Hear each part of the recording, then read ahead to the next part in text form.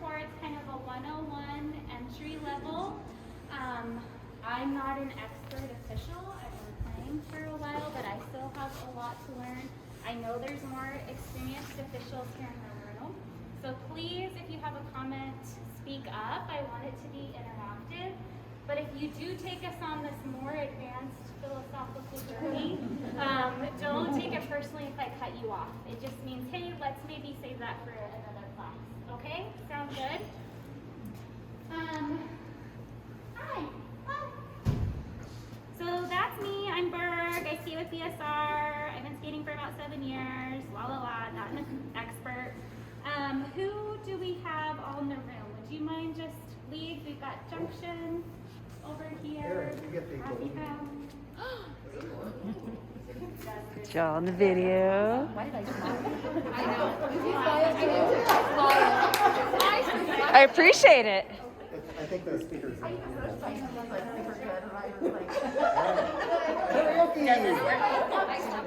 Can you hear? Is it louder?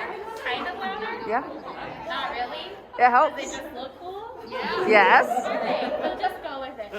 So we got Junction, Happy Valley, Wasatch, and Word or Vensley, Coedley, juniors.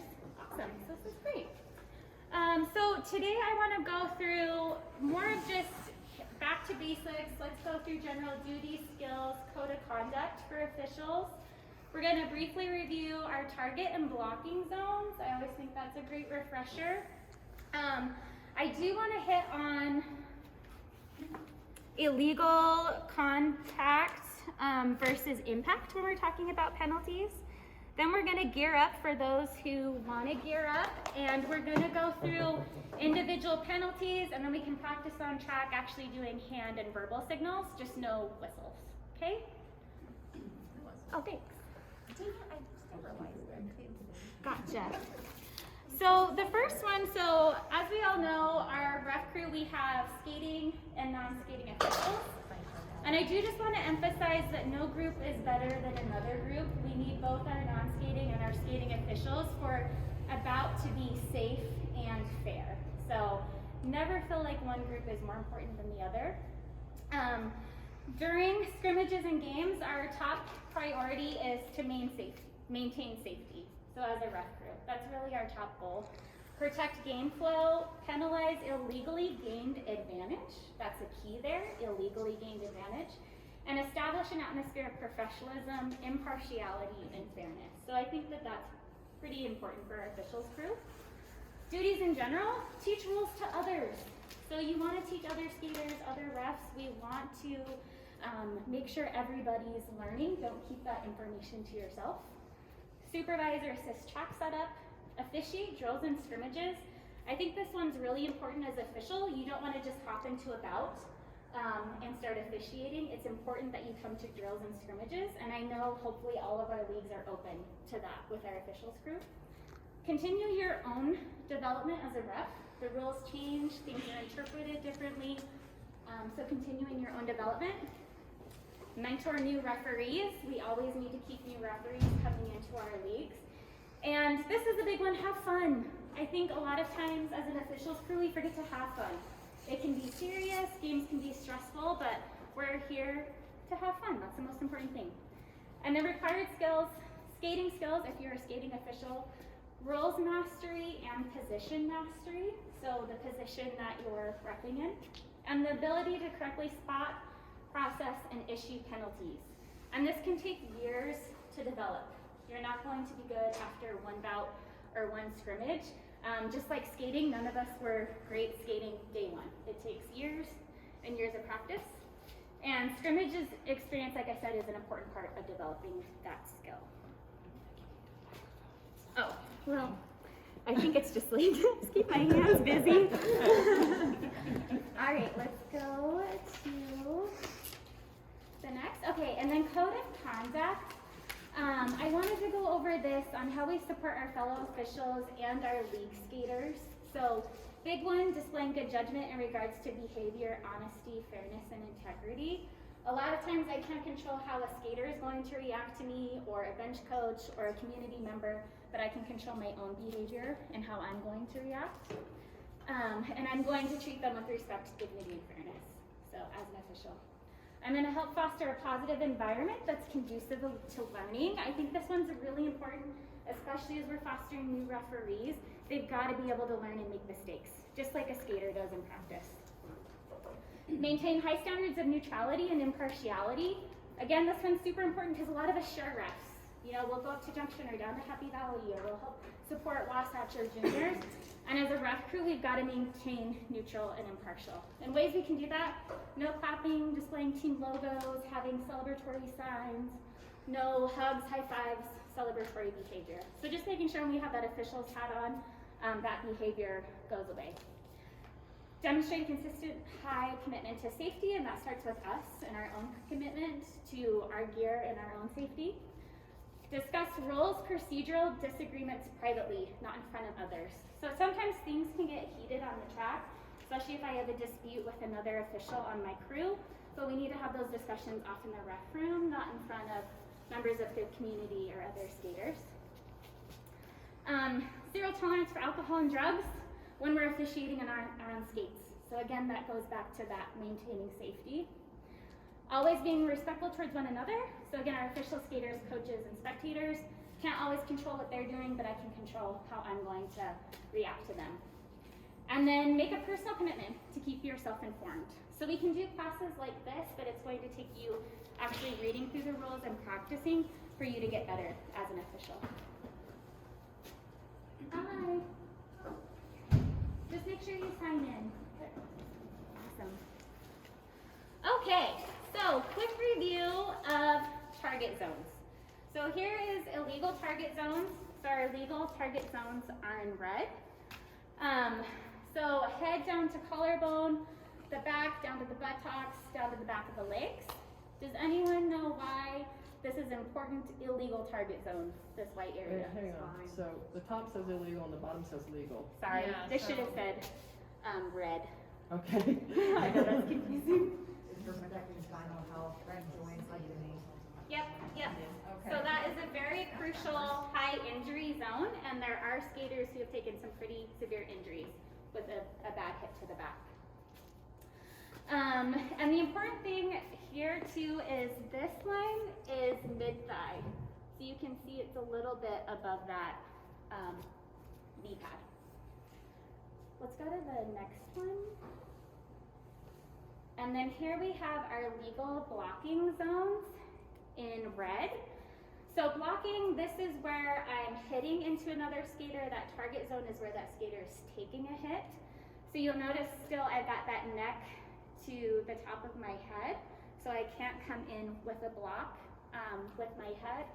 And then I've got my shoulder down to my elbow is a legal blocking zone. So elbow down to my fingertips is illegal. And then you'll notice below mid-thigh. Okay, any other comments on target or blocking zones? We're all pretty clear on that? Okay. So, hold on, go to the next one really quick. So before we gear up, the other concept I wanted to go over is contact, penalties, and impact.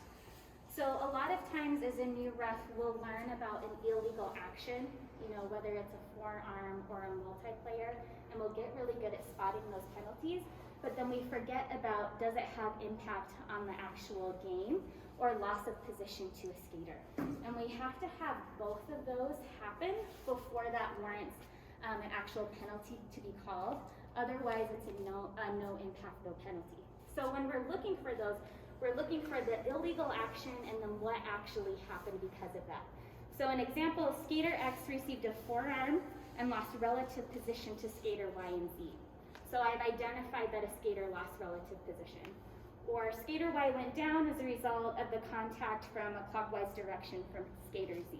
So there has to be that illegal action and then the impact that happened. And a lot of times we miss that.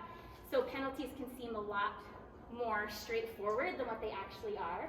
And this light bulb went on for me when it was learning about forearms, and I was like, yes, I know how to spot a forearm all day long. And I would have called a million penalties. And then I was watching a high level Officiating game, and the refs weren't calling them. I was like, what the heck? These are experienced officials. What is going on? And then, this came to light, and I was like, oh yeah, okay, there's two parts to this equation, and I missed the other part. So as we go through learning about our penalties today, we're going to talk a lot about that, like noticing the illegal action, but then what was the actual impact to the game. Okay? Yeah.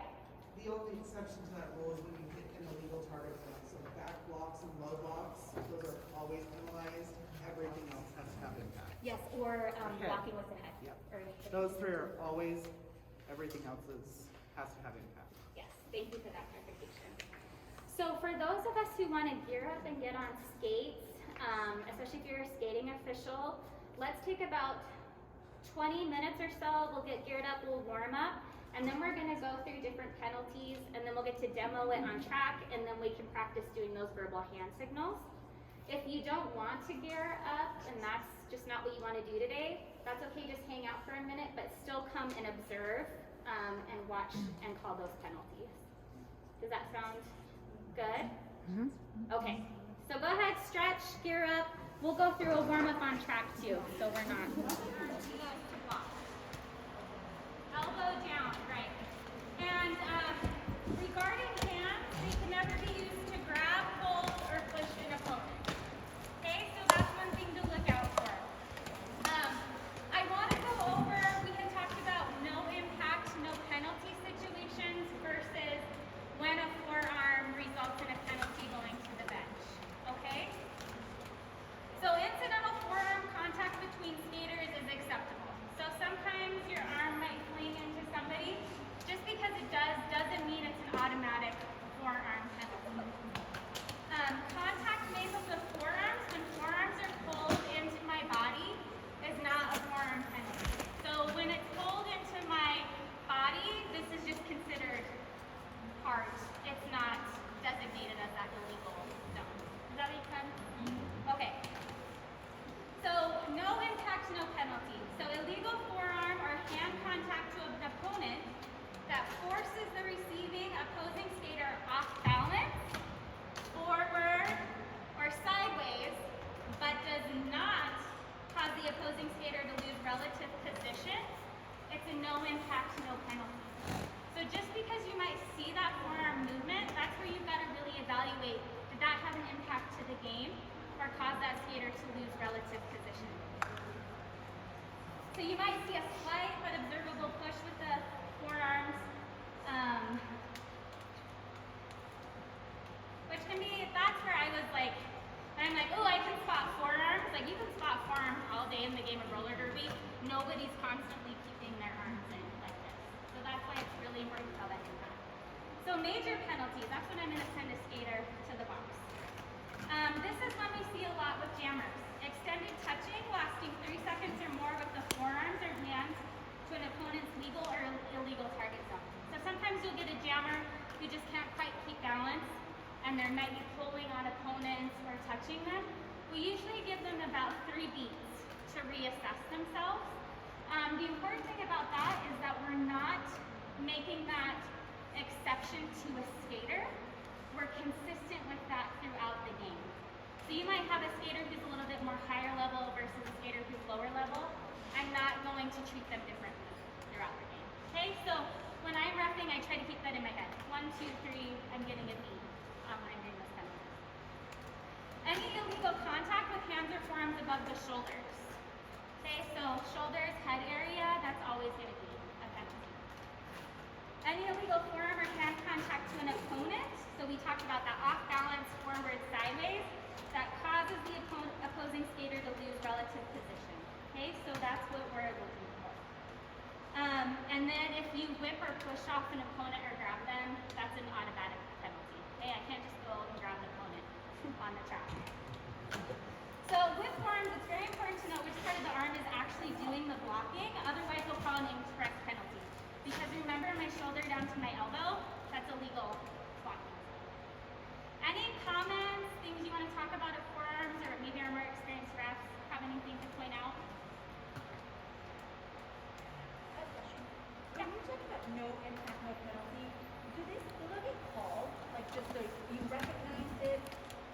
Or you just don't even say it, it's just like, do you know my question? Yes, that's a good question. As a Because ref, I've heard it before. do we know no impact, no penalties? No. You could definitely call the coaches of the team at a break if you're going to be out of the team. Gotcha. So she said that you could mention it to the skater's coach that you're noticing this going on, but we're not actually gonna call them. Okay, so who knows the verbal cue and hand signal for forearms? What do I got? Do it loud and proud. What is it? Yep, so we're going to hold our forearm vertically in front of our body with our elbow bent at 90-degree angle with the opposite hand touching the middle of our forearm. So when we're officials, it needs to be out where everybody can see and it's visible. If you're down here or close to your body, that's not going to work, right? Because we can't always hear what's going on in the track and your inside NSOs. Everybody needs to know what that penalty is. What's our verbal? Forearm. Color than number. Color number. Skater Penalty. color, number. What's important about the number? What if my number is 63? How should I call that number? 6'3". Yep. So black, 6'3", forearm. Okay, and what's our report to the box hand signal? Anybody know? Get up. Okay. So, who wants to be my demo skaters? Sorry, what little whistle for that? Whistle? Yeah, so that you whistle and say. Yes. So whistle, let's all do it. So I just committed a forearm penalty. I'm black 6'3". Let's call it. Sweet. Forearm.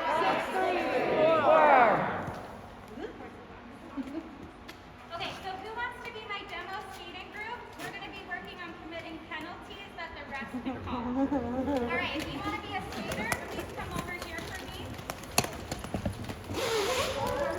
I do have red pennies.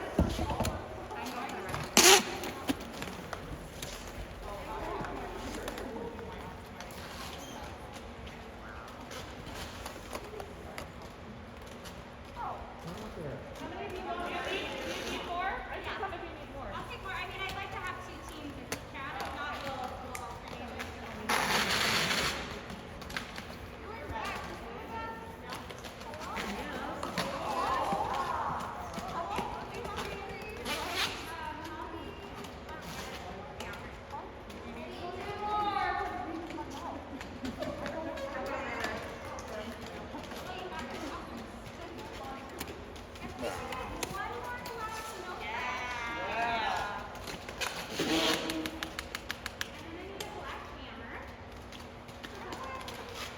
Okay, so my skating officials, let's get on our skates. Let's try to grab a spot, either on your outside or your inside.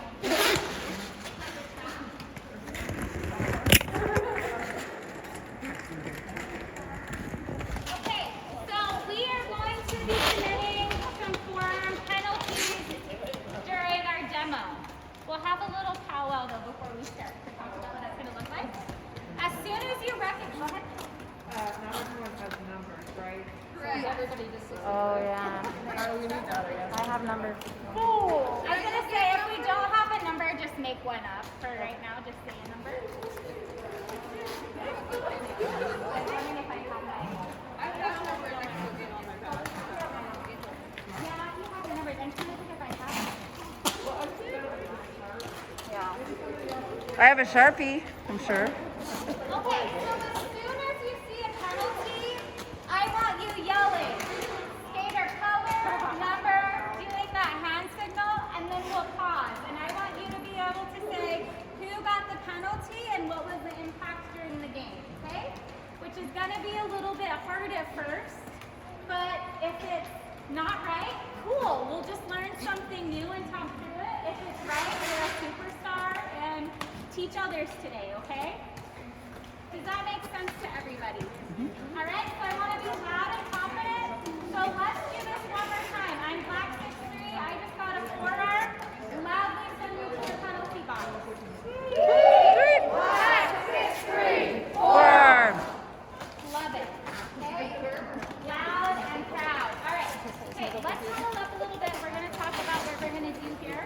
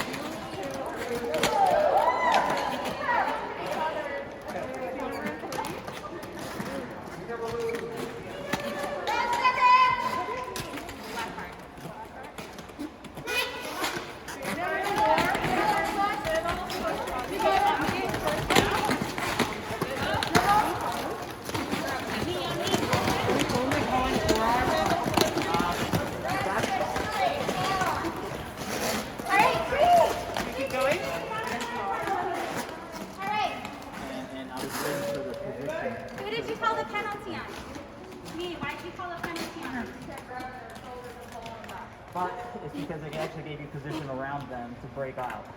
So you were doing a lot, but right here is when you actually broke away from the path. You gained advantage. I gained advantage, but I was grabbing Oh, yeah. and pulling. So for my more experienced refs chime in, if I'm actually grabbing my opponent, do we want to call a forearm, or is it when I actually gain position?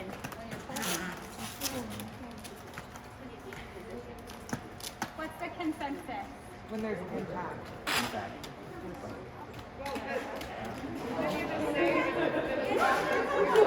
It depends on what you're grabbing. In general, game position.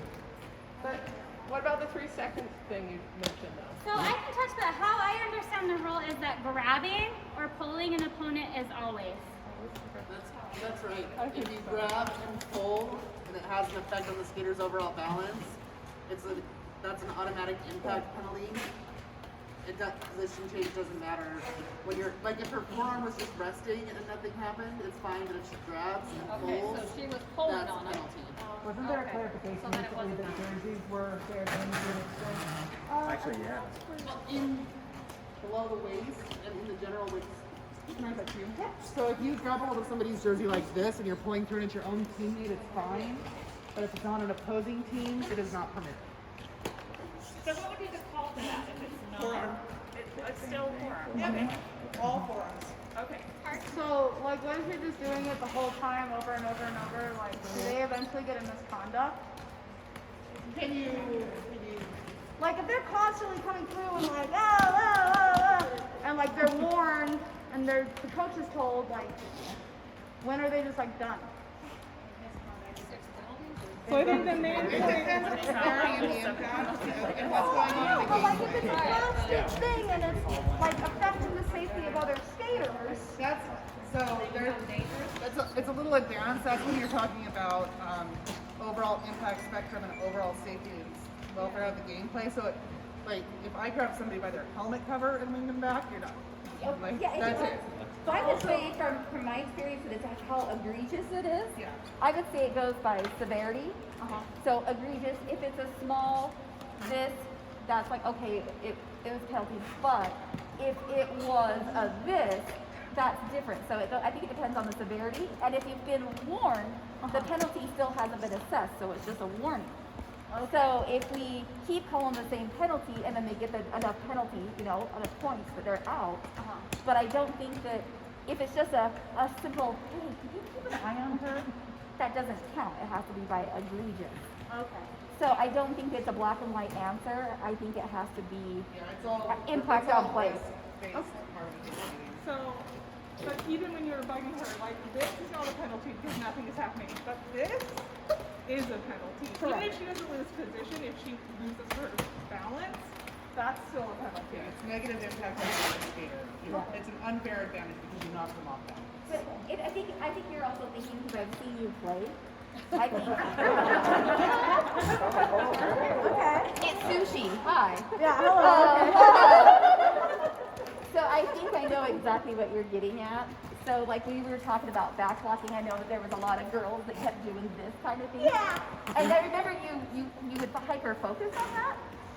So I think that's where your attention is drawn to that, where you're saying when is there a fine line, Yeah. and there's not. Yeah, because it's like, if it's the little movements that are moving you off feet. Yes, you're right. Yes. It also comes to being consistent too. So whatever you're doing, just making sure it's consistent throughout the game and not to a skater. But okay, all right, let's go through another and let's see if we can spot the penalty. You're ready. All right.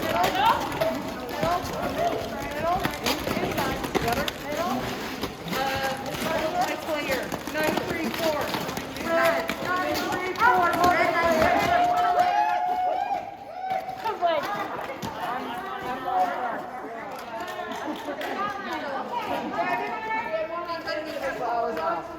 Great. Did this one get called first? Yes. All right. What was our penalty over here? 934 had a multiplayer because he kept holding on to Danny. And really the three of them were like holding each other, not letting Danny through. Oh, so I was also hitting her. I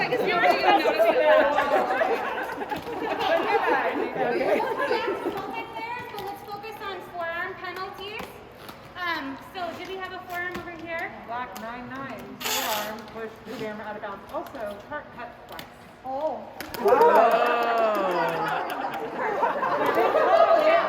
I know you. Okay, let's go through a few more and then we'll talk about a new penalty and then we'll layer that one in on top.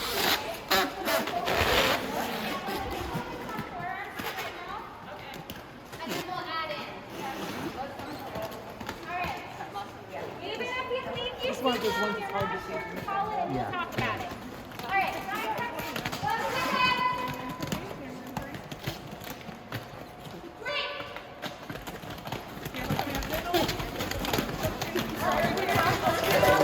Tart, Nathan! Farm! Tart! Okay, who did we have? We had a farm over there.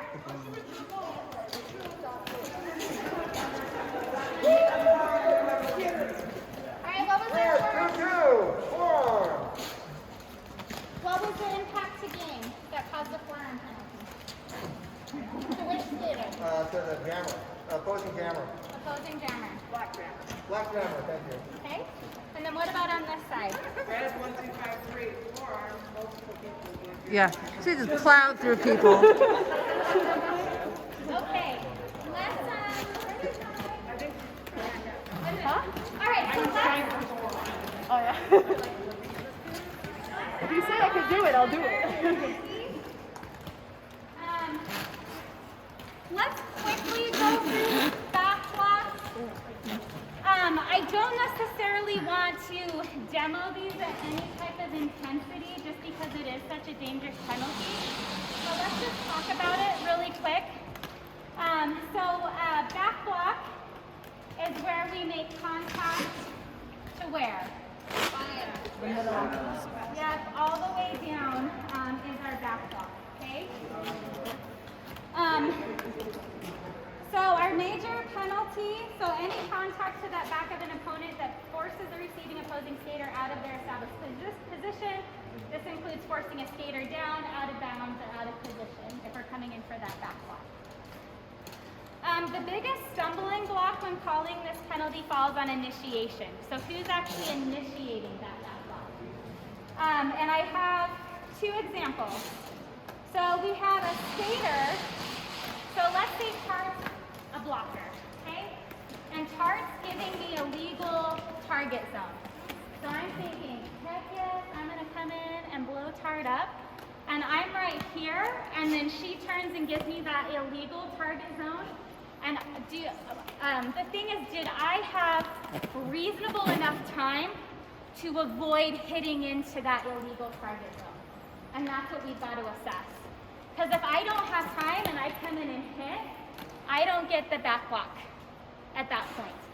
If she's giving me that target zone, turns, and I have enough time to evade that, and I choose not to, that's where the back block needs to be issued to me as a penalty. Does that make sense? Mm-hmm. And it's tough to call. And reasonable is your best judgment, which is the toughest part about this, and it all comes down to consistency. So throughout the game and not to just specific skaters, okay? The other one, sorry? I was just going to say, in my experience, like at home, where your home refs know your abilities, you know, they're going to be more lenient if you're a newer skater. But in any sort of sanctioned play, they know that you probably have the skill to evade that at any time. I've never seen a back block with impact not called because, you know, even if it was like at the last minute, just because of the safety factor. So whatever you can do, don't be like, oh, I didn't have time. Like, avoid it because it is a safety. It is a safety, and it does come down to how that ref interpreted the situation. The other one we have is a jammer runs into the skaters at high rates of speed. I'm a fast jammer, and I'm a hard-hitting jammer, and I'm coming into that pack. And if the jammer's going through the pack quickly, that's the thing, whoever's that jam ref, they might not have eyes on that, because I'm just trying to count points at that point, because that person is going so fast. So it really does come down to our other refs to help keep eyes on what's happening and communicating to that jam ref. But if the jammer can't reasonably establish themselves elsewhere and can't avoid the back block, they shouldn't get a back block call. it's tough and it really does come down to safety. And then the other note is we don't penalize big hits. So just because I come in and hit someone and they fall forward, we've got to know where I made impact into the skater before I'm calling that back off. Yes. Something I noticed that like if they're coming in and it's like a really big hit, depending on how the person falls, if they like hit the hip, they're gonna like go down to one knee rather than like face forward, which is like a back block, you know? They like spin out if you hit the side. Thank you. Yep. So I don't really want to demo a lot of that just for the safety factor coming into the back, but who knows what that hand signal is for back block. Yep. All right, so let's practice that. Let's do black skater 6-3 back block. 1, 2, 3. Tweet! Black 6-3, back block. Okay. All right, and then I wanted to move on to multiplayer, if that's okay. Let me skip ahead a little bit. Talk about multiplayers. Just hang in with me for a little bit longer. Skaters may not form a wall by linking with or grasping a teammate or otherwise forming an impenetrable connection. So that's the thing, is it can't be an impenetrable connection. That warrants a penalty if an opponent attempts to get between them and fails to do so because of that illegal formation. So a lot of times we see that if we get our tripod formation. A common one is that jammer maybe makes it through the middle and then they're challenging that connection. Or maybe they're coming around the outside and then they're challenging it that way because that's an impenetrable connection. The other one too is we've got our tripod and then these two skaters form an impenetrable connection with their Sorry. So the key is, so skaters may not grab and hold each other's uniform or equipment. Tickling me. in a I'm sorry. multiplayer block situation, so they can't hold on to each other's jerseys or pads or anything like that. Let's see. So no impact, no penalty of multiplayer. If they're temporarily grabbing a body part, that's not ultimately a multiplayer because nobody's challenged that connection.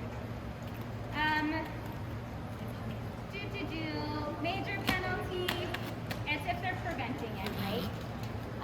So the other one I wanted to talk about is if we have 2 blockers versus 3, and they've got a connection, Like a bad one. these 2 are, they've got a connection here. And this jammer's trying to get through. This is a multiplayer penalty. So the blockers are illegally connected by grasping. And you have a skater trying to pass through. So that's why that's illegal. The bracing position isn't illegal because technically the skater right now isn't trying to pass through an illegal connection. Does that make sense? Any questions, comments? You do that again? That's a really Try it good. again. It's so basically, what you say is, even though we are linked here, Oh, gotcha. And they're not holding hands. The same if we have more of a truck and trailer, if we're a 2-wall, we don't have an illegal connection and this skater isn't trying to get past 2 skaters. Okay? Yes. This is where a lot of times in Derby we talk about like the Barbie hands, if we're like linked here, where if I'm like this with her, that's one thing, but if the minute a ref, you see the grabbing, that's often where they're like, that's the multiplayer, because you got grabby hands, that's where where they're like, that's intentional. Amber?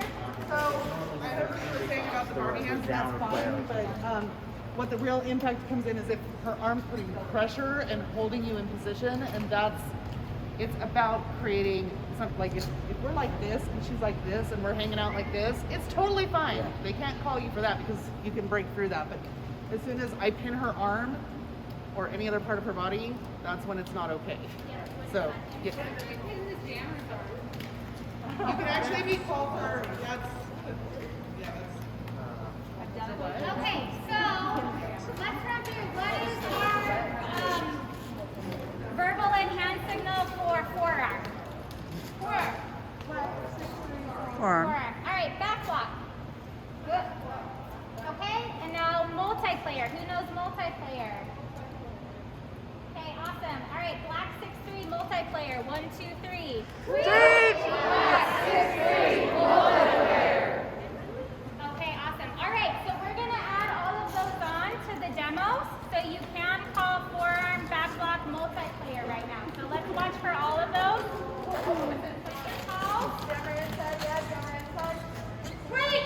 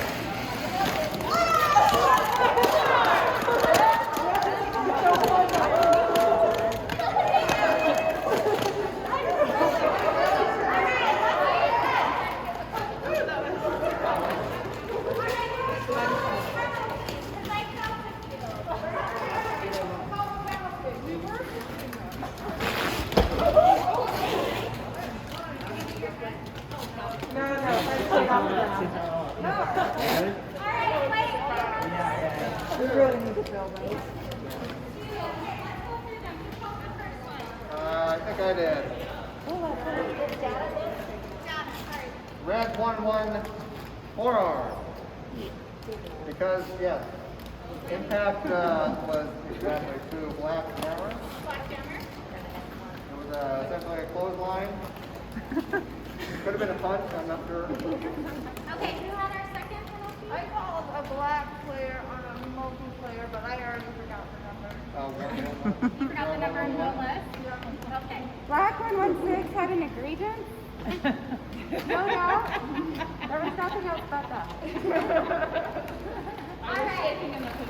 Shaking in a position. I'm shaking. It's an egregious. Red had a, you had a. Black 801 had a forearm, and the outside against the red jammer. Thank you. I was trying to make it real obvious and simple. Just like that. All right, Eva, did you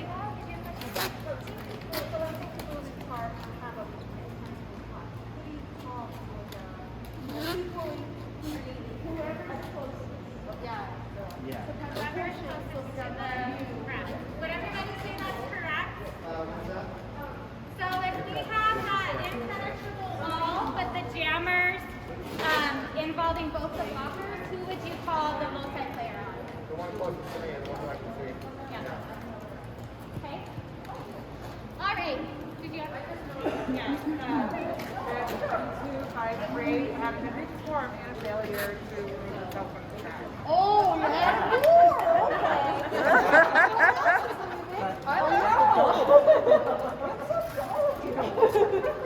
Actually, let's try and do that. If you get called, leave the trap. Go back. Okay. All right, let's go again. My inside and my outside rest. Feel free to follow us down the track so you can really get good eyes on what's happening, okay? Don't feel like you need to stay right there. Sorry, so if we get called, are we supposed to go? Yeah, let's do that.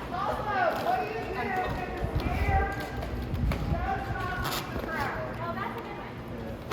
You call it again because they might not have heard. Okay. And then if they hear and they just look at you like, what? That's your penalty. Okay, so how long would you give them, roughly? A full minute. Well, I mean, you could wait until the end of it. Oh, I thought you meant like in the box. No. How long would you wait if a player has not If they left make the eye track? contact with me, they heard me.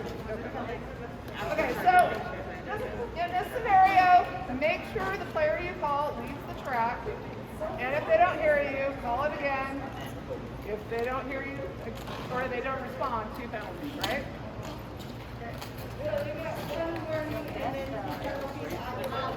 No, there's no warning. If you call And then the second one is Who's gonna do offense?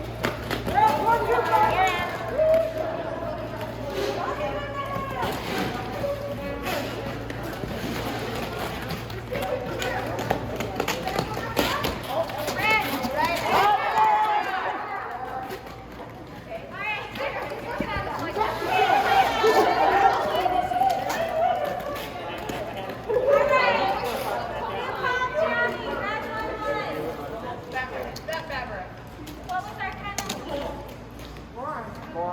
Who did she forearm on? Do you remember? I don't remember if it was the blocker or the jammer, but she pushed him out of bounds with the extension of the forearm. It was a black jammer. What about Jenny? Who had Jenny? Maddie. Did you call Jenny? Yeah.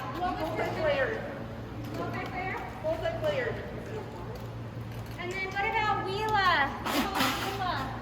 What did I do? I was just playing roller derby. What was Wheela's penalty? She was paired with, it was a multiplayer paired with another blocker holding back the red jam. And then I got called. Who called me? I called Kaboom. Oh, you called Kaboom? Yeah. For four? Yeah. I think it was against Black Jammer, but I mean. All right, let's go on one more time through, and then we'll add on another penalty, okay? Are you guys, are my scooters sitting on you? All right, okay. All right, my 5 seconds. 1 second.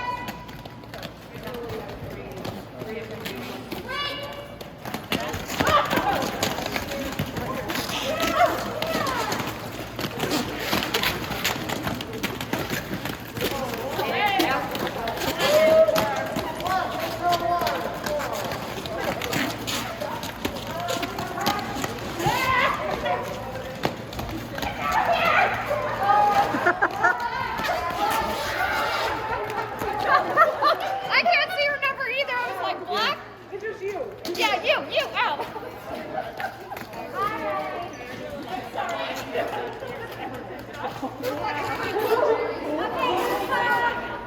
Who called Jamie?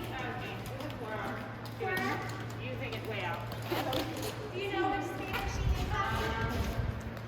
Yeah. Jammer. Black Jammer. Wheela. Who got Wheela? Yes, you were grabbing on. It's like a hug. It's a hug. We're going to layer in clockwise and counterclockwise, which is known as our direction penalty.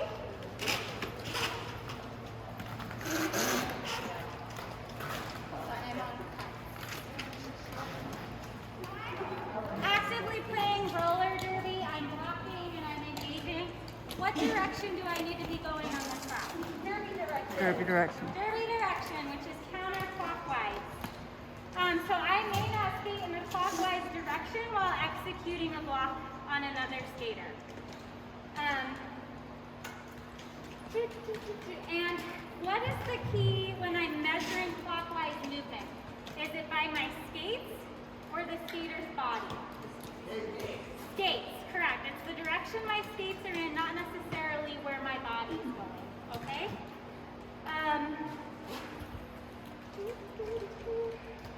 Can I skate clockwise on the track? Yes. Yes, I can skate clockwise on the track. skater, let's see. So, what is a stop block? Anyone know? Like you're not allowing them like any movement. Like you're not moving. So if I'm pushing hard and she's not moving at all, that's a stop block. It's a stop block. It can be Yep. chest up or against her back, as long as your feet aren't moving in the derby direction at all. Sorry, say that one more time. It can be if they're chest up or facing forward. If their feet aren't moving at all in the derby direction or even shuffling, it can be considered a stop block if the skater cannot move you. Yes, it is a penalty because if I'm blocking or actively engaged, I need to be skating in that derby direction counterclockwise position. No impact, no penalties when it comes to clockwise or stop blocks. So incidental contact from a skater getting spun around as a result of another block. So if they happen to just skate into you because I got turned around, that's incidental. Because I did not impact at the end of the game. A skater while stopped on the track assisting a down teammate to an upright position or assisting another stopped teammate. So I can give them an assist. A skater coming to a stop as a result of giving an assist. A stop skater giving an assist that affects the recipient but does not improve relative position. These are kind of just details.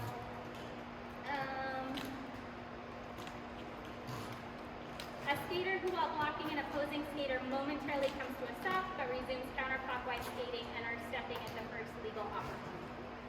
So again, like, how many seconds or beats would you say constitute a stop block? Like, how long would you go skating? Anybody?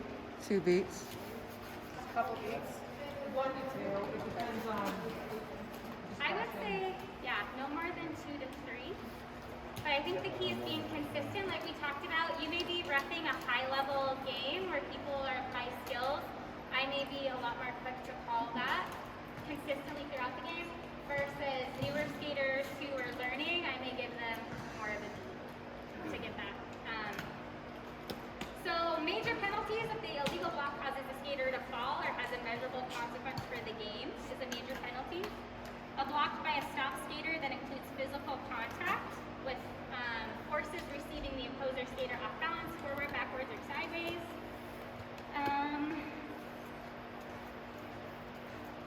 Yes. Some of these, it gets a little more detailed in this packet than I want to get into right now. But the big thing is, did the action cause a change in relative position between the blocker's teammate, or the recipient of the block? We can use our discretion to decide if a major impact happened due to the clockwise. So again, that's going to be your interpretation. We just want to make sure that it's consistent and we're keeping the game fair. And don't assume that just because someone is skating clockwise, which is legal, that they're the initiator of whatever happens. Okay, so you're actually following the penalty all the way through. So here's an example. If a clockwise skater skates into an open lane, so they're skating back, but another skater moves into that lane, it's the second skater who initiated, not the clockwise skater. Because that skater wasn't able to get out of the way, I skated into their open lane. So if they hit me, it's not a clockwise penalty on that other skater. Collisions with clockwise skaters can be easy to pin on the clockwise skater versus the actual initiator of the contact. Yeah. Can we do a visual on that? Because I think that's really confusing for a lot of people. Yeah. Yeah, you have the skater running back. Yeah. So people. Oh, you can. Yeah, so let's go through a few of these. Just real quick, who knows my hand signal for direction? Yep, so keep your elbow stationary and slowly rotate your forearm a full 180 degrees back. All right, so let's practice out. 1, 2, 3. Tweet. Black 6-3. Direction. Awesome. Forearm. What's my forearm signal? Multiplayer. Back block. All right, one more. Direction again. Okay. All right, let's go through some common examples of where we see clockwise happen.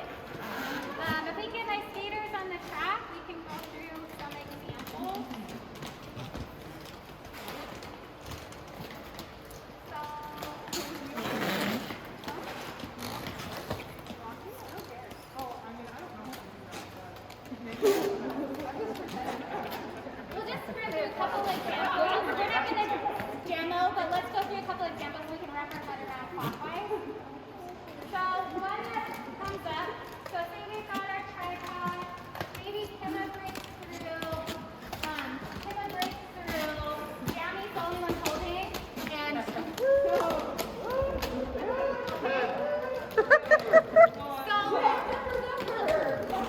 so this would be a clockwise because Jammy is skating in the clockwise position while blocking.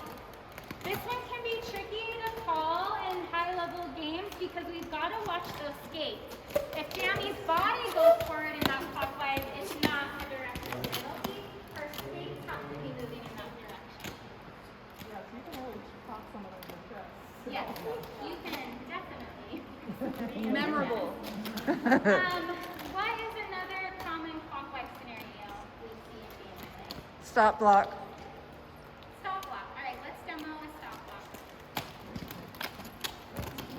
So this tripod is so good at stopping. This jammer is not getting through. And this can be really subtle. This wall doesn't need to be careening down the track. It can be these tight little movements. They just have to be actively skating forward. Oh, here's a good one while we're here. Me pushing on the wall and pushing her back. And pushing back. Yeah. Oh, that is a good one. So, call it on the front. Put the ball on. Yeah, that is hard Yeah. because but if your skates didn't move forward, what is this? The other scenario that I talked about with that open lane, so something that's common is I'm a blocker, I may hit out my jammer, and I want to take them back, right? So I'm going to be skating back on the track, and I'm moving in that clockwise position, but let's say another blocker wants to stop me from doing that, and they go into my open lane, and I end up initiating contact. That's where I shouldn't get that clockwise penalty because I didn't initiate it. Orange did. Does that make sense there? So, running back at me again first.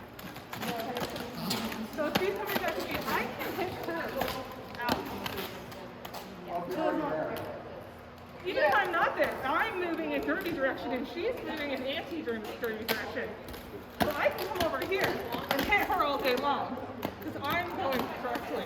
But the second you get directly in front of her, I'm Yeah, she The goes lane was open and she's running But back. see, I do And this I and just I don't come hit. in and I knock Orange down because she initiated into my lane. It's easy for me, for the refs to call me on the clockwise, but I didn't initiate that contact. Yeah, I ran over. Orange did. But I think a lot of newer skaters think they're not allowed to hit someone that's coming at them. But you are. just as long as you don't come to that. Well, no, Any legal contact. this is all legal blocking, and this is all legal target zone. Oh, So she can blow me up if she wants to. Oh, yeah, you want to take contact, grab the one on demo? Yeah, they want Sorry, to did you all see that? You call it that, you're allowed on the other side. So what we were talking about is say I hit my jammer or someone out and I want to take them back, and I'm skating in this opposite direction, and I knock Orange off balance, it would be easy to call me on the clockwise, but I didn't initiate that contact at that point. The other skater did. We'll If say, they moved into I- your lane, if they were just standing there Yeah. and you ran back into them, you would encourage them. That way you don't have to hit me. I'll show them more. If she's running back and I run up here, she's probably not going to get back. And then a lot of people, especially junior skaters, think if someone's coming in this direction that they can't hit them. I'm allowed to hit her anywhere. Yeah. Because I'm skating in the correct direction. And this is all legal target zone. And I want to prevent her from taking my skater back, so that's what I'm gonna do. I was gonna say the other time you see a lot of clockwise blocks is when offensive players take out the brace and they accidentally end up going clockwise toward the end of the movement. Let's demo that. Do a brace and so okay with it. I'm trying to help my blocker. And I'm like, oh. Whether it's the back wall or the brace. But with that one too, it's important to watch where the skates are as well.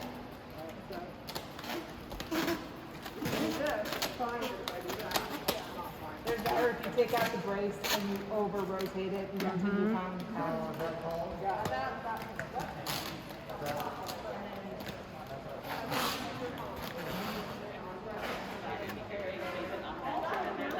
Okay. All right, are we ready to practice? See if we can spot the penalty?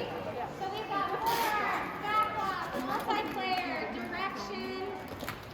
That's it. That's it. And then we'll get into cut. Okay?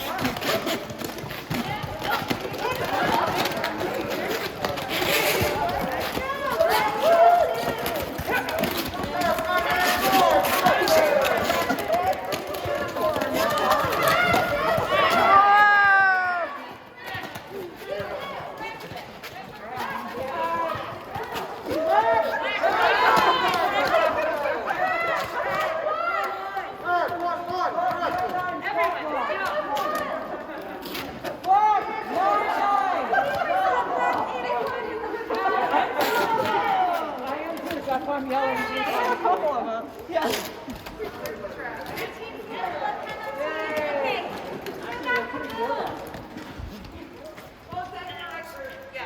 Yeah, directional thing. This thing. Yeah. Okay. Jenny. Direction. Also direction. Tart. Direction. Everything. Direction. Black highlight. Black card. Stopwatch. Wild thing. Direction. Direction. Can we get a forearm too? Yes. Okay, awesome. All right, should we take a quick drink? And then we can go through a few more. Okay, we're going to review cuts. We'll practice that one, and then what I'd like to do is more of an actual scrimmage scenario where we're not actively trying to commit those penalties. And then you guys can watch for the ones that we do commit, okay? If we're okay and into that plan. So, cut track. Why did I just do this by green? Short train.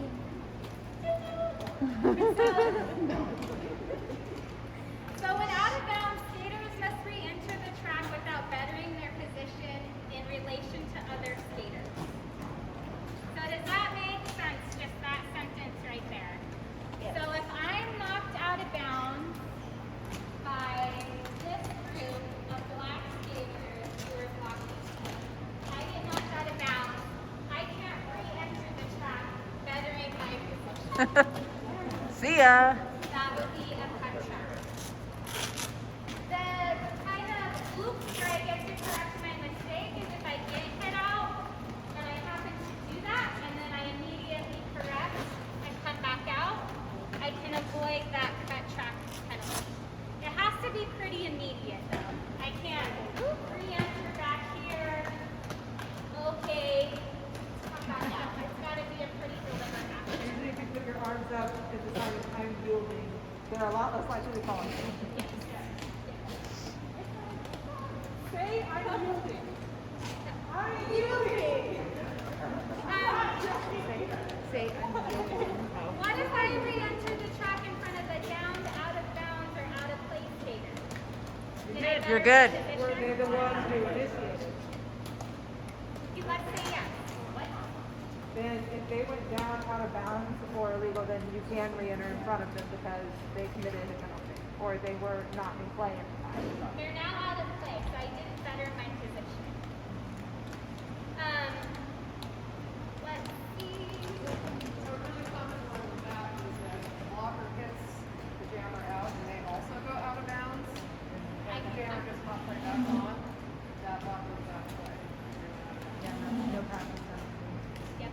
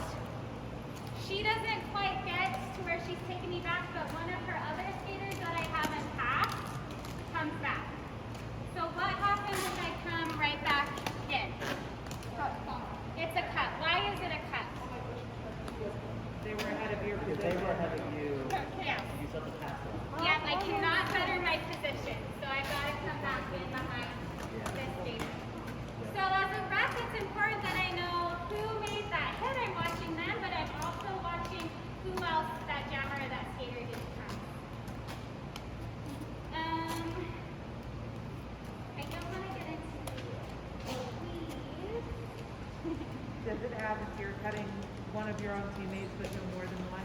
Yeah. What was that? You can only also cut one of your own teammates. You can't cut more than one. Yes. So did everybody hear that? I can cut one of my teammates, but not more than. It's a better mix. So to get a cutting track penalty, there are 3 crucial stages which must be met. You go out of bounds, being hit out or under your own power.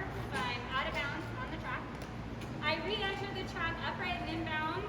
I've improved my position relative to other skaters compared to when I was last legally inbounds. Okay, so that's where I'm not gaining that advantage. And after doing this, I don't attempt to immediately cede my position, which we talked about. Oh, I recognize that, I'm yielding, I'm going back out, and getting back behind the skaters that I should have.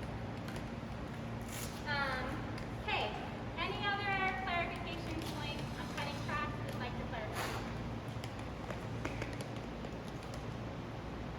Am I out of bounds? Yes. No! Is he breaking the tape? He's right on the rope. The rope is in the middle of the tape. So I guess you haven't touched so well. Are we calling this in? Yeah, you have to touch. Only one wheel, not quite. Am I out of bounds? No. No. Well, we can change that. Good clarification. Okay, what's my cut track hand signal? Alright, let's practice. 1, 2, 3. Tweet! Black 6-3. Cut! Get out of here. What's my multiplayer hand signal? 6-3. Multi. Forearm. Black 6-3. Forearm. Back block. Black 6-3. Back block. My cut track again. Okay, awesome. Alright, so we'll demo. We'll be actively trying to cut tracks so you can call. Remember to pay attention if that skater is gaining relative position. Let's go through a couple times, and then I'd like to do an actual active scrimmage. Does that sound good? Okay, you don't know what's going on. Feel free to get up there and look or move yourself around the track. One note though, whenever you exit the track for a penalty, the ref should show you which way to yield in front or behind them, because if you hit the ref, you will be expelled. Yes. Good point. Thank you. All right, hey, let's go. Let's get some cut track penalties. 9 seconds, please. What's the head? 3.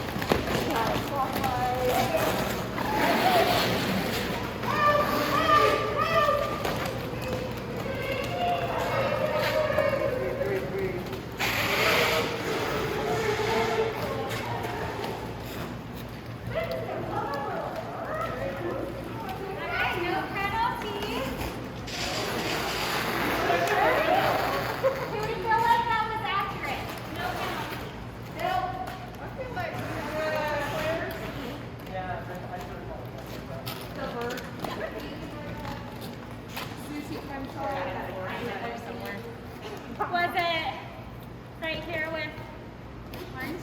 You were on the outside edge. I think you cut Beaver. You could have cut that. Left?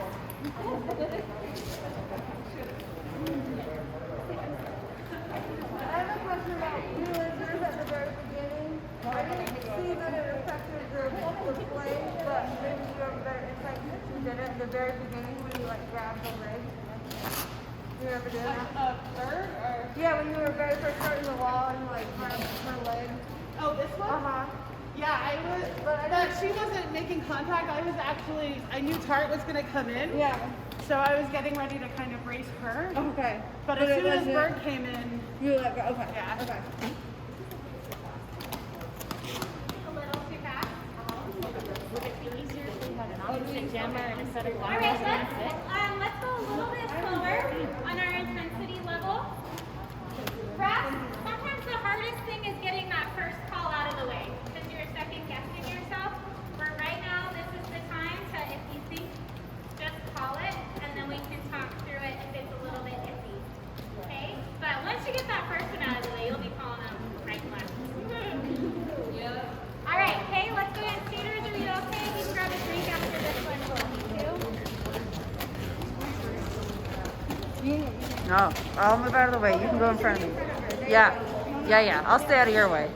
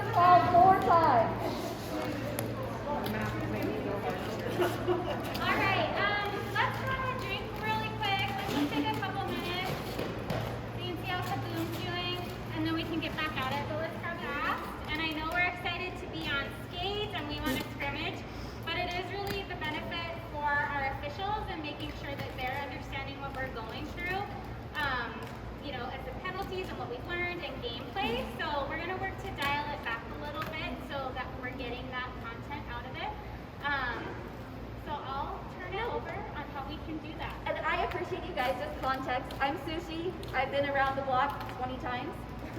I'm also I'm a trainer. I train people how to do their job. So my feedback was that I feel that we need to slow this down a little bit and do a play-by-play, a frame-by-frame.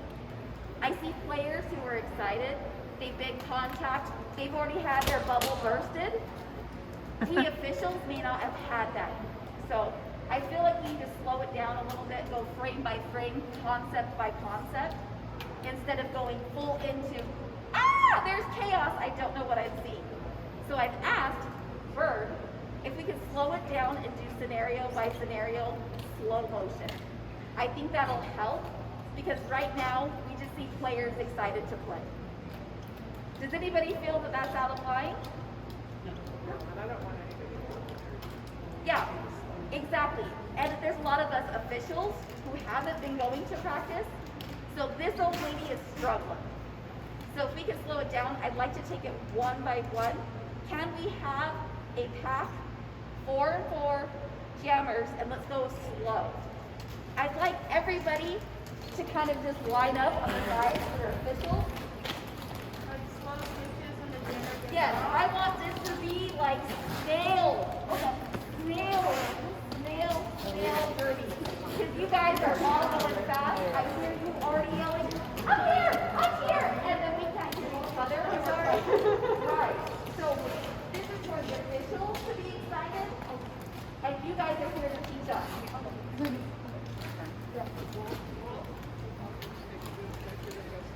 we're going to take it down really slow. Okay, so wherever you want.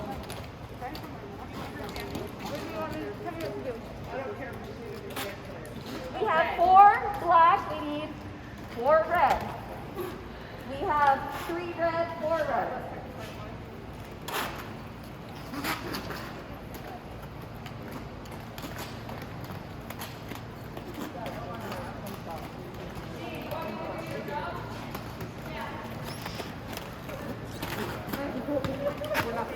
Okay, so we're going to take it slow, so a 4 arms, right?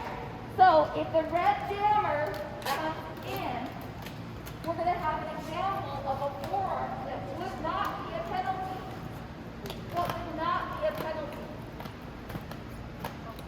Do we see who's initiating what? Bird initiating contact. She keep her hands to herself. So her There's arm. no impact. No impact. Right, right. Bird initiated, but there's no impact. So that's the key point. Now show me 4 arms with impact.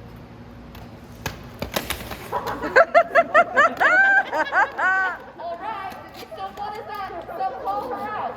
Somebody call that out on her. Red 6, 3, 4. Perfect. I'm guessing that's enough. Yes. So this is the breakdown we need to see. We need to see the difference between no impact and impact, right? Gaining position. So now do a 4 arms with leading position. What would that look like? Red 6, 3. Okay, so who did she gain position of? These two. 99 and 116. Perfect. Okay, great. So now that we understand the difference between who initiated, no impact, and then gaining position. Okay? What was the second one we worked on after elbows? Back block. Okay, back block. We didn't see it.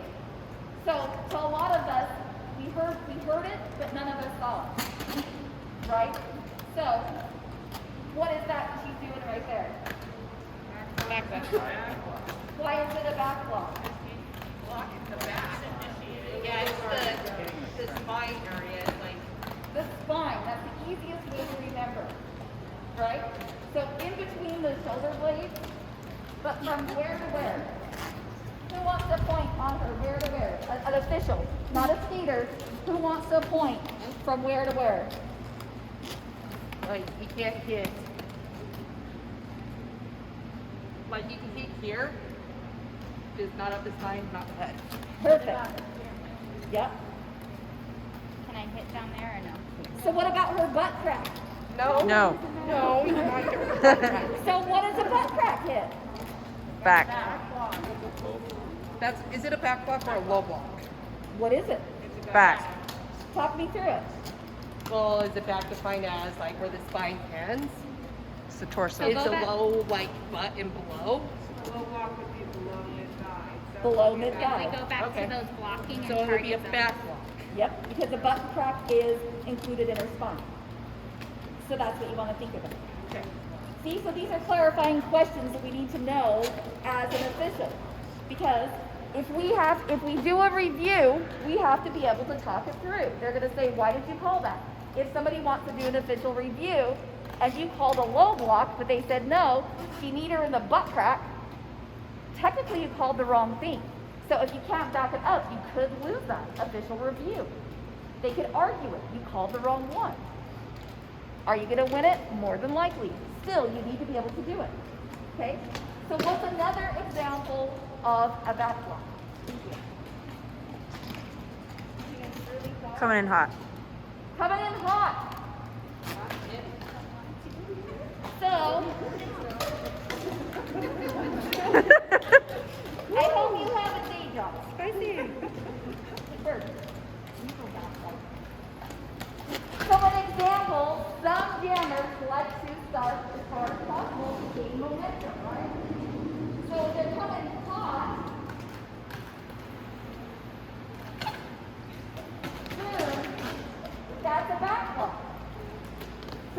something you need to be aware of. That is something in a higher level you're going to see a lot of, right? There's a lot of that. What scenario for the other guy? Just like we were talking about too, is if I had, we talked about big hits doesn't necessarily mean it's a back block.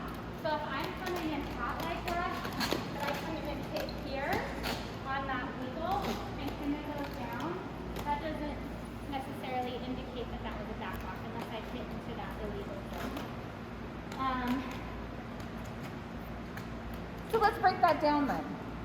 So if she falls on one knee, does that mean anything? One knee versus two knees?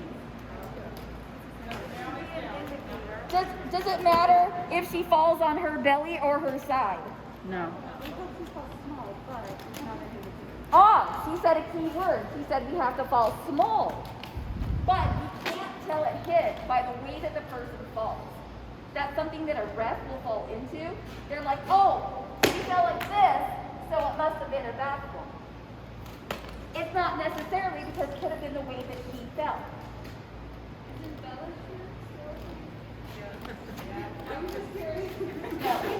We're not soccer players. We don't throw ourselves on the ground, right? So we're not playing soccer. So that's one thing that as a ref, we will fall into because somebody will try to tell you that the way that they fell is how you should have fallen. That's wrong. It's where they were hit on their body that calls it. Also, a lot of times when you're hit with a bad back block, you can sweep your hips right after running and they'll go flat on the back, so you really don't know. See? Point and case. And it matters how the person is standing. If they're like this, but their back has to be turned. Look at my legs. But my back's like this. Can she still get a back block on me if I'm like this? So what does it matter how I end up on the ground? It's a moot point. Don't fall into it. Another example of a back block. I'm just trying to give an example. We had just talked about it's my responsibility to try and evade. Like that's what I got to do is evade that back block. But if there's no reasonable way that I can, that's where that back block penalty Set it up. What am I setting up? Where she can avoid it. Oh, gotcha.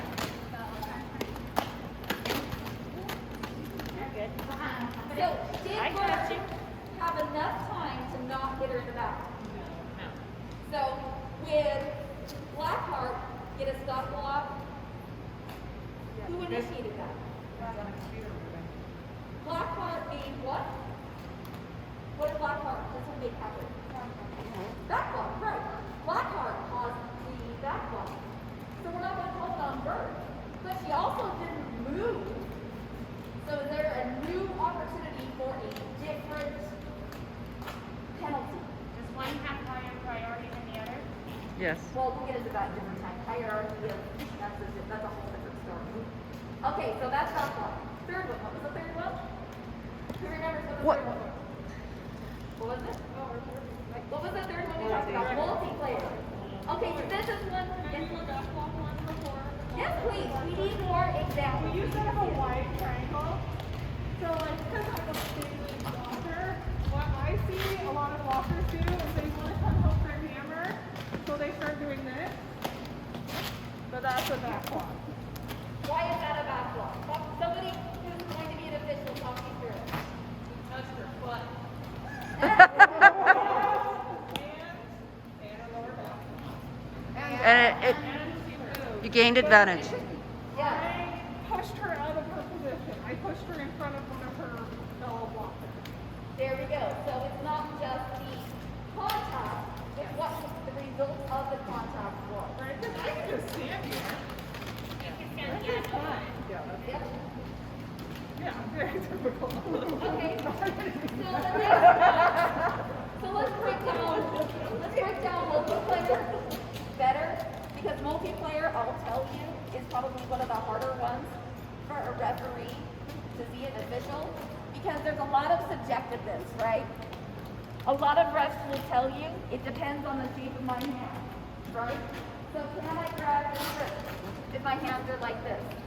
No. Right.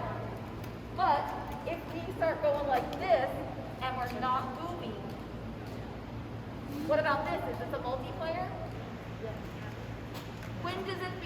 multiplayer. Somebody's trying to get through. If you have to what? If you have to break a bone to get through it. So then that means that eventually do I have to let go? Yes. What does that look like? 3 people show me. 3 black, 1 red. Show me what that looks like.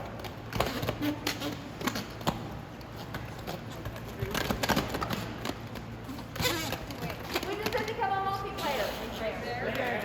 Right there. Because they did not see. They did not do what? They didn't release, right? So he's saying that a common means just look at this. I know that when I first learned it, this is what I was looking for. I literally was in my head going, are their hands open? Or do they have Cookie Monster hands? Because here I can't grab her shirt, but here I can. But also, if you have to break us to get us through. So that's another thing to look for when you're new, is open hands versus closed hands. But that's very rudimentary. We understand that, right? That's not the definition of it. It's the definition of when they let go. So for a minute, she's my teammate, I can grab a hold of her. The skater comes up, my hand moves and becomes open. This, to begin with, is not a multiplayer.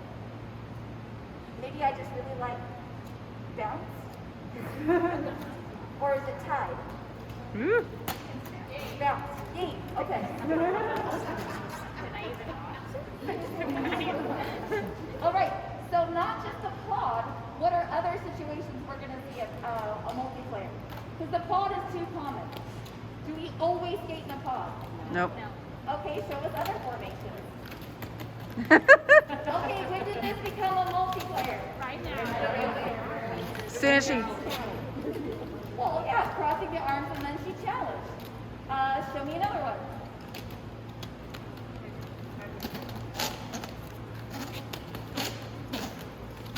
When does it become a multiplayer?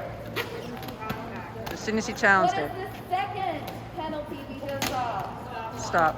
All right, we'll get to that one in just a second. Red team, show me another example of a multiplayer black-heart challenges. Do you always skate in a pod? No. Okay, show me a non-pod example. When does it become a multiplayer?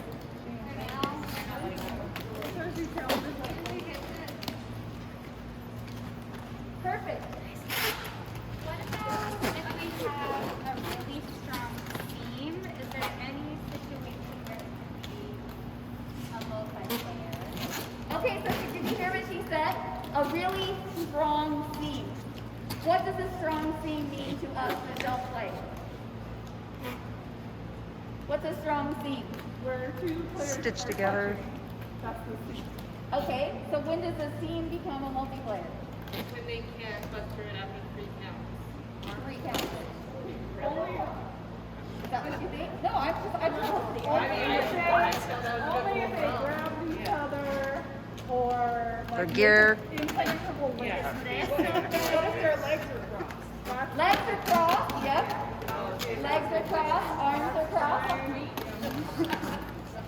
Can you have, if someone's, Okay, let's have respect for everyone else. you have strong seam and you have one player grabbing the other player's leg, that's multiplayer, right? Yes. Yeah, because you're grasping. And they would have to like rip your pants off to get through. Tim, put your hand behind Wild. And Bert, come up behind Tim's arm. Yep. What do you think? Multi. Why? You would have to break Tim's arm Yeah, to get because through you have to that. break his arm. Yeah. To get through that point. Okay, so who has another scenario they want to talk through with multiplayer? Here, I want to be an example. Because this gets questionable. Where Tim and I's arms are like this, but our shoulders are crossed in front of each other, and Bert comes to this spot.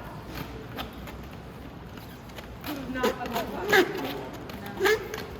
Even though my shoulder's in front of her shoulder, we're not an impenetrable link. Nothing has to get broken to get through Because this. if I did get through a little bit and they're still like that, even your arm is over, Yeah. if I get through, And I'm still only blocking Bird with this part of my arm, even when she throws Okay, so where was the break in that multiplayer that they were explaining? What was the break that made that not a multiplayer? Below the elbow. What is it? Like above the elbow, they're fine. But below the elbow. So because there was a break here that she could get through, is this what makes it not a multiplayer? Thank you. Say that again? The crossing of the arms there can be easily broken, so it's not an unbreakable link down. Right, so there's a hole here and they can get through. So what was showing is there was a hole, and when they come through, it could be, you would never stretch your arm out, but I'm not a player, I'm a stupid zebra. So, right, there's a hole for her. One thing I was going to point out, the thing they're doing that helps reduce the odds of getting multi is keeping the lower part of your arm disengaged from your teammates, whether it's in front of you or in front of you away. Because Okay. you can create the seam with your upper arm, it's not that lower. Oh, okay, This so has she saved did. me a lot of penalties. Okay, so wait, that's a Direct great arm saving conversation. penalties. So come talk Mark through that because he stands out and it's easier. So she's talking about another penalty. So how would you avoid that other penalty Which one is there? that you're just explaining? So, to avoid a multi, they can't grasp if their arms aren't engaged with each other. This lower part is the part that's going to usually draw the penalty because this is where you clasp or where you cross.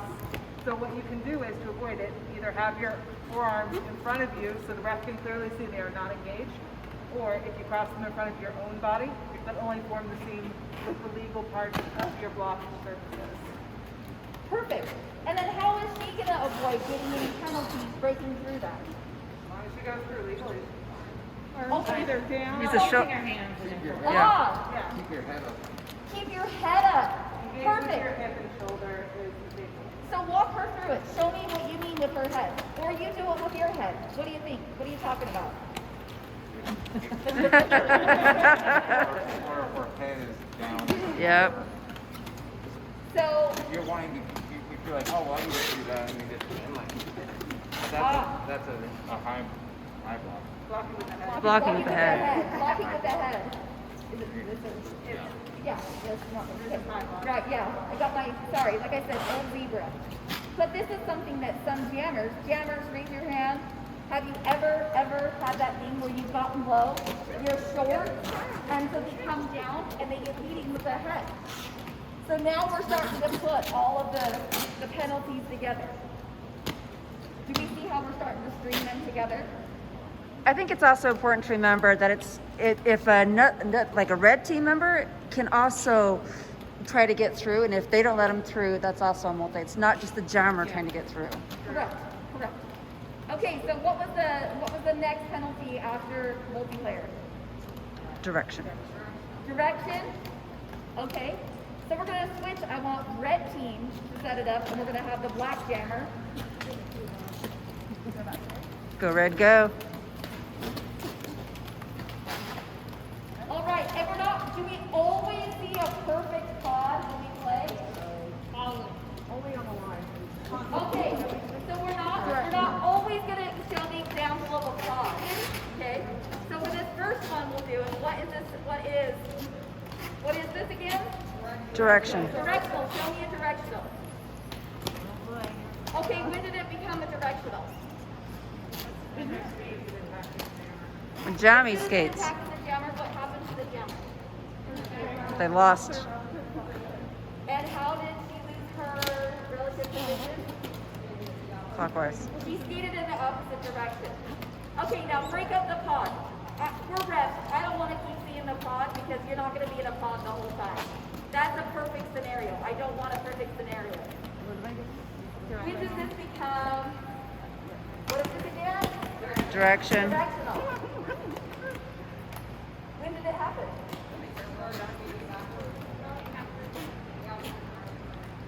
Okay. Can you do it to another blocker? Is it only a jammer? All right. Black team, red team, show me. Here, we will be a defensive wall, and you guys,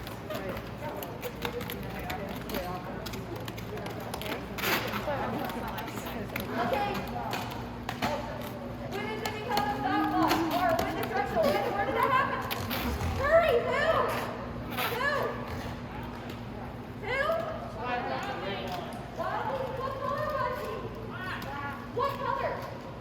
Black. Okay, so what did he do? It's self-player is okay. I was behind her. It made it very confusing. I'm sorry. All right. Okay, so there was confusion for a minute. So, officials, if you didn't see it, do you call it? No. Argue it. You're good at it. Argue it. Argue it. We didn't. What? Yeah, we didn't see it. Argue it. There was an egregious act out on the track. One of my players could have been badly hurt. Do you hear her? Black, your number, 281, obviously. Wait a minute. I still don't hear you. Have you started talking? You shouldn't mumble. Black, 281. No, you're still mumbling because what did she not do? What was not initiated? Official review. As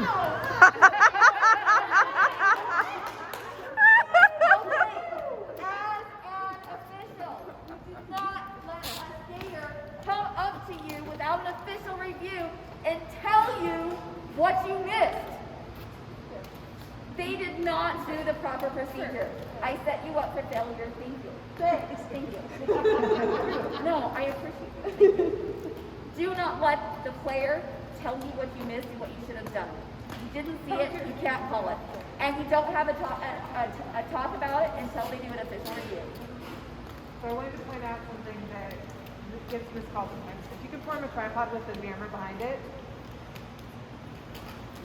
So the jammer is pushing, but then lets off and goes back to disengage, and they roll back on the jammer. As long as they don't push her backwards, this is legal. They're just taking the space. So the jammer can keep going feet back, and that's not a penalty. That's not a clockwise, as long as they don't push the jammer backwards as they're moving, and they're not initiating that contact. Okay, what questions do we have about that one? That's a great one. That one gets brought up a lot. Any questions regarding that one? Yeah. Why is that? So why is that one hard? I think it's hard just knowing because it can be so. What's the word I'm looking for? In the heat of the game, it's really hard to see. Let's have respect. We have one talker right now. It's just hard, especially if you have a fast jammer, like just noticing if it was then letting off and when they're engaging again. Perfect. If the movement is under the power of the jammer moving themselves back, or the blocker is pushing the jammer back. Okay. Sorry. This place is hard to hear. Everybody has live conversations, so if I cut you off, it's because I respect her and she's speaking. Sorry, I was an asshole. Sorry. All right. So what other questions do we have regarding that? So they're right. Jammer pushes them forward. Jammer disengages. They roll back a little. That's not this.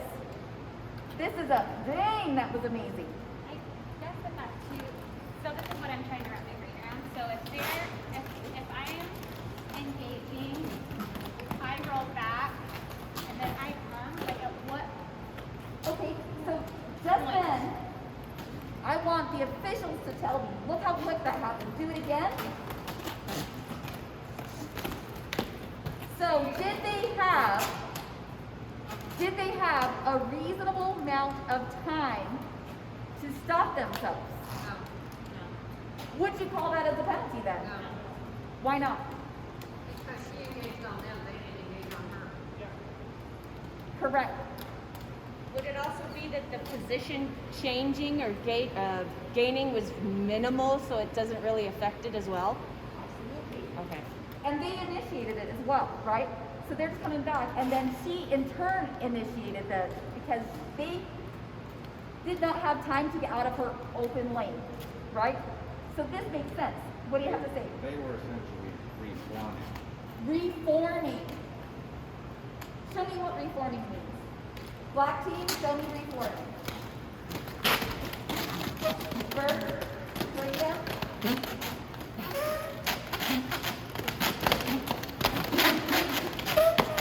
Okay, so they start to reform. Did you guys see the moment of reforming? Mm-hmm. It was before she made contact with them again. So was that an incidental? Yes, no? Talk me through it.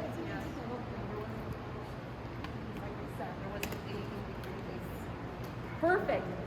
Do we want to completely, did you hear what she said? Say it again louder. So they were just resetting. There wasn't anything like egregious. There was nobody who gained additional advantage on the track.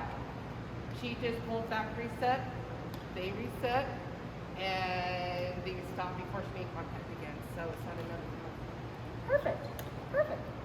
Okay. If you want us to show them where we do, then like take it too far and hit her. Do you guys want to see that where it would become a penalty? Yeah. Okay, so officials, wait, don't think that, okay, you guys are ready, let's make sure the officials are ready. Okay, so we're gonna show when this becomes a penalty. Okay, Right there. They were what? They have backward momentum and still going. Right, who would you call that on? Who initiated it? Wild thing. Who? Black. Black 801, right? 801. Okay, so what movement did she do to make it so she should get the penalty? She engaged while going backwards before Jen engaged. Perfect. Do you also see something that you can look at her face? Yeah, she was doing it almost intentionally, you can tell. Which isn't. She visibly was doing it on purpose. Her intent was, I'm keeping an eye on you, I'm coming back, I'm gonna get you. Perfect. Another example. Are there any more examples? Clockwise or direction? Okay, direction. Ooh, this is a good one. So everybody come to this first turn. Bye, Ben. Bye, thanks for coming. So, where his body is facing, how do I go by directional? Where your wheels, what Feet. direction your wheels are going. Okay? Wheels or skates? We have a difference. Which one is it? I think wheels, the way your wheels are moving for direction. Okay. On this, right here, how hard is it going to be to identify a direction if they're on the turns, right? Turns. Okay? So if she's coming up and we're looking at his feet, I don't know if that's him. Okay, if his feet are going, it depends on the way they're going. We're on a corner, on a turn, it's going to be hard.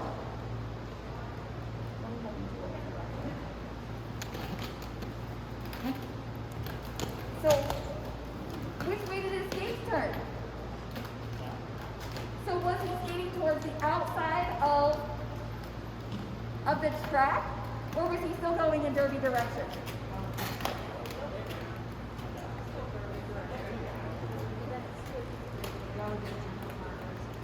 Okay, so we're debating it. Okay, who would like to talk through it? Talk through it. I think I had good eyes on it. At first it was super illegal. He were backwards, right? Yeah. He came in, he was going dirty direction slightly. But the second it started to bounce over, when he turned this way and had that final hit, the wheels were going this way. Okay, talk me through who disagrees with that.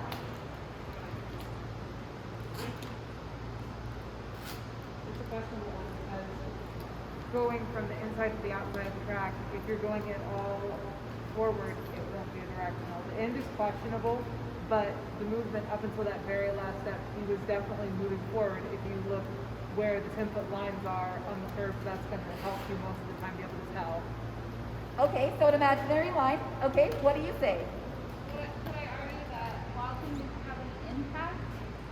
So it didn't actually disturb gameplay, so it's not really a clockwise? But if it was sending the jammer back even an inch, you have to fight like another inch, But I don't think it's sending back, I think it's moving from the side. Ooh, okay. Keep talking through that. So do you hear what she's saying? Impact. She said impact. Okay, so talk through that a little bit more. So come back up. Where was the, so you're saying because there was not impact? He would stop and move laterally, he would get stopped and put backward. Okay, so did his position to her stay the same? Yes. Okay, now who wants to argue her point?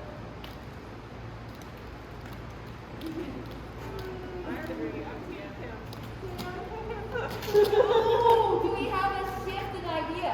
Who just changed their mind and went from this team to that team and went, oh my God, all of a sudden. Okay, do we all agree that that was not a penalty? If you say it's not a penalty, raise your hand. If you say it's a penalty, moon me. Whoa. Oh, wait, what? Okay, do you see how talking it out in perspective can change? And there was one key component that everyone was missing. Okay, so I want you guys to think about that. Corners are going to be the hardest, the turns. The turns are always going to be the hardest. And what key point did she point out that changed our mind? Impact. Okay, does that get, are we thinking now? Mm-hmm. Crazy eyebrows? Okay. Say that louder. Forward momentum also. Talk me through forward momentum.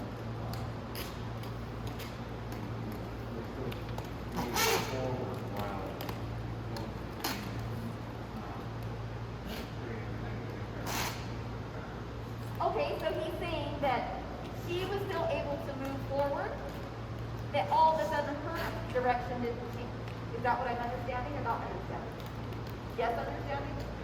Okay, so right, so there was A, there was no impact, B, no position change, and then he's saying C, the third point, that she was still going forward and then came to a stop. I don't stop sign, but she came to a stop. So perfect, there were three components that we were all overlooking. Okay, let's reset back here, and let's talk about another directional play. Can I ask you a question? Yeah. If I go into the book, what would be the best way of playing like over a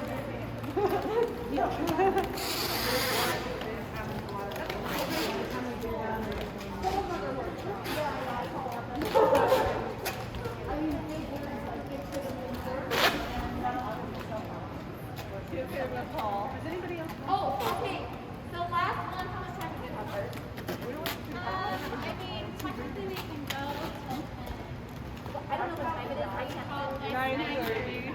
Okay, last one, and then we're gonna be done. Berg has been so patient as well as all of you guys have, that I feel like this is where we started to learn.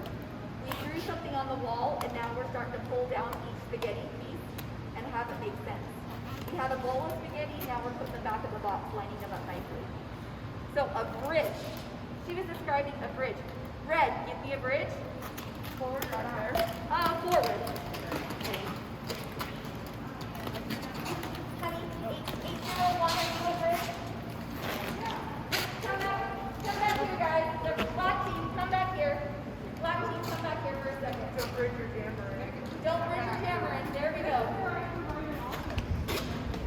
Okay. So, now they're bridging.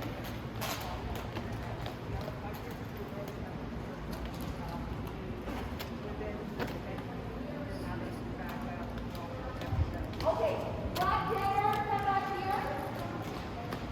Just come in front of these two wonderful humans. Okay, so now we're talking about the person at the front of the path, right?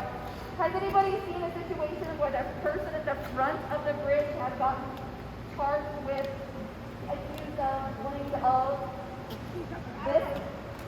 Yeah. Have you, Oh, yeah. have you seen it? Do you know what that means? I honestly didn't hear you. Okay, so she's coming in around, and you are going to get this. Show me how you're going to get this up here.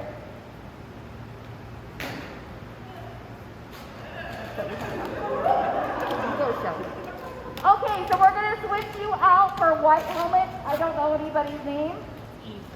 Eve. No, you're just gonna, yeah, just be the, My proximity within that 10 feet, I have 20 feet to stop the jammer. So a lot of times you'll see walking a test attack, and you have to keep moving the direction of attack. You have to stop here clockwise, and you have to keep your feet moving in the direction until you get to that, at least point whatever that may be. oh, okay, before there's no pack, no engagement. There's a path just so that a lot of times people get so obsessed with stopping the jammer, they'll forget to keep their feet moving in a legal direction. Oh, okay. So Eve is so concerned with stopping the jammer and keeping the bridge that she doesn't realize she's doing this. Does everybody see when that happened? Because she's so focused on keeping the bridge, keeping the jammer there, that all of a sudden her feet stopped moving. You will see that often. Give it answer. Stop block is directional call. Why? Because you're not moving forward? Right. Okay. Because you're not moving in derby direction. You stop derby direction. Okay, So so this, it's not just backwards, it's not moving in derby direction. Yeah. perfect. Okay. Perfect. This doesn't make sense. You're right. Because this is like, okay.